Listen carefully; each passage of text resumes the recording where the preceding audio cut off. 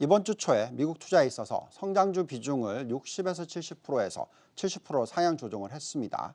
하지만 어제 파웰 의장이 연임이 되면서 향후 금리 인상이 빨라질 수 있을 가능성에 대한 가능성이 부각되면서 나스닥이 큰 폭의 조정을 지난 이틀간 보이고 있습니다.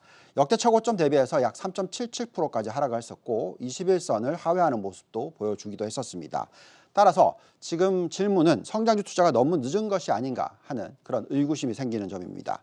특히 미국의 10년 국채금리가 1.5% 수준에서 큰 폭 상승해서 현재는 1.676% 수준까지 확대되었고 연준 고점이 1.71%니까 크게 멀지 않은 수준까지 올라왔습니다. 시장은 추가적으로 금리가 향후 상승하는 것을 우려를 하고 있는 모습을 보여주고 있습니다.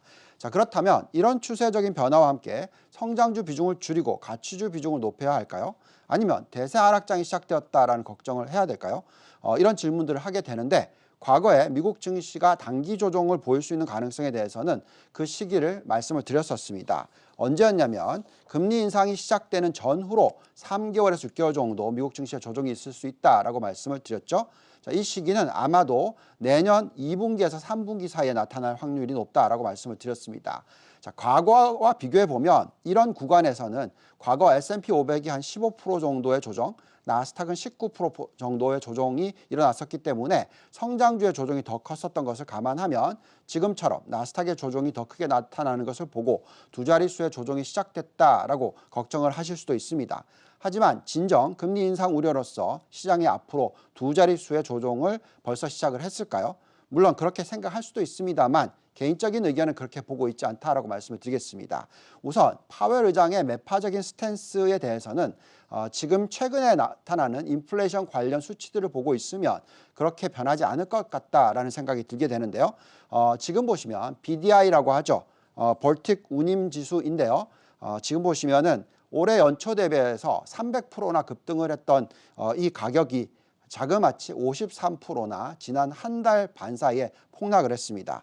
자, 이렇게 하락을 하고 있는 모습이 보여주고 있고요. 또 유가도 지금 미국의 비축률을 방출한다는 뉴스가 나오면서 고점 대비해서 지금 약 한 6% 정도 조정을 받고 있는 상황입니다.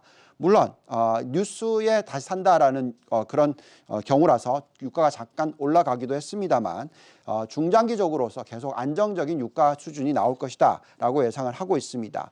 이번 인플레이션 관련해서는 에너지 가격의 급등이 인플레이션에 큰 영향을 미쳤기 때문에 에너지 가격의 안정을 찾는다라는 것은 그만큼 인플레이션도 안정적인 될 수 있다라고 말씀을 드리겠습니다. 자, 그렇다면 스케줄대로 이번 달부터 테이퍼링을 시작을 해서 내년 6월 말까지 테이퍼링을 마치고 아무리 빨라도 내년 7월부터 금리를 올리기 시작할 수도 있고요. 늦어지면 내후년 초에 시작을 할 수 있다라고 판단하고 있습니다. 자, 특히 성장주의 하락에 성장주를 파는 전략은 이런 환경에서는 아니다라고 말씀을 드리겠고요. 여기에 또 한국 시장에 큰 영향을 미칠 만한 증시의 흐름이 있죠. 마이크론의 주가를 보시면 3일 연속 상승을 하고 있다는 점이 중요할 것 같습니다. 필라델피아 반도체 지수는 이틀 연속 조정을 받고 있지만 메모리 반도체 3인자인 마이크론 테크놀로지는 3일 연속 상승을 하고 있습니다.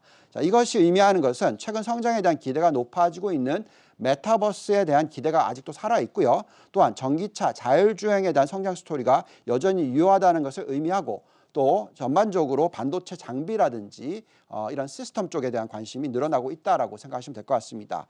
자, 앞으로 성장주들의 상승이 지속된다면 장기적으로는 인플레이션은 오히려 낮춰주는 효과도 가지고 올 수 있다는 것을 감안하셔야 되겠습니다. IT 하드웨어에 대한 관심도 확대가 되고 있고 함께 추가 상승이 일어날 수 있다는 부분 생각하셔야 되겠습니다.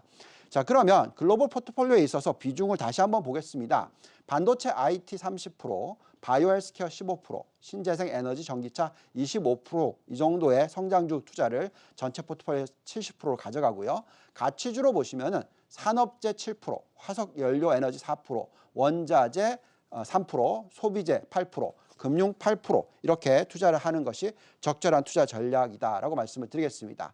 자, 지금 조정은 어떻게 보면 상당히 좋은 투자 기회를 살릴 수 있는 그런 구간이다라고 판단하고 있습니다. 지금까지 유동원의 성공투자였습니다.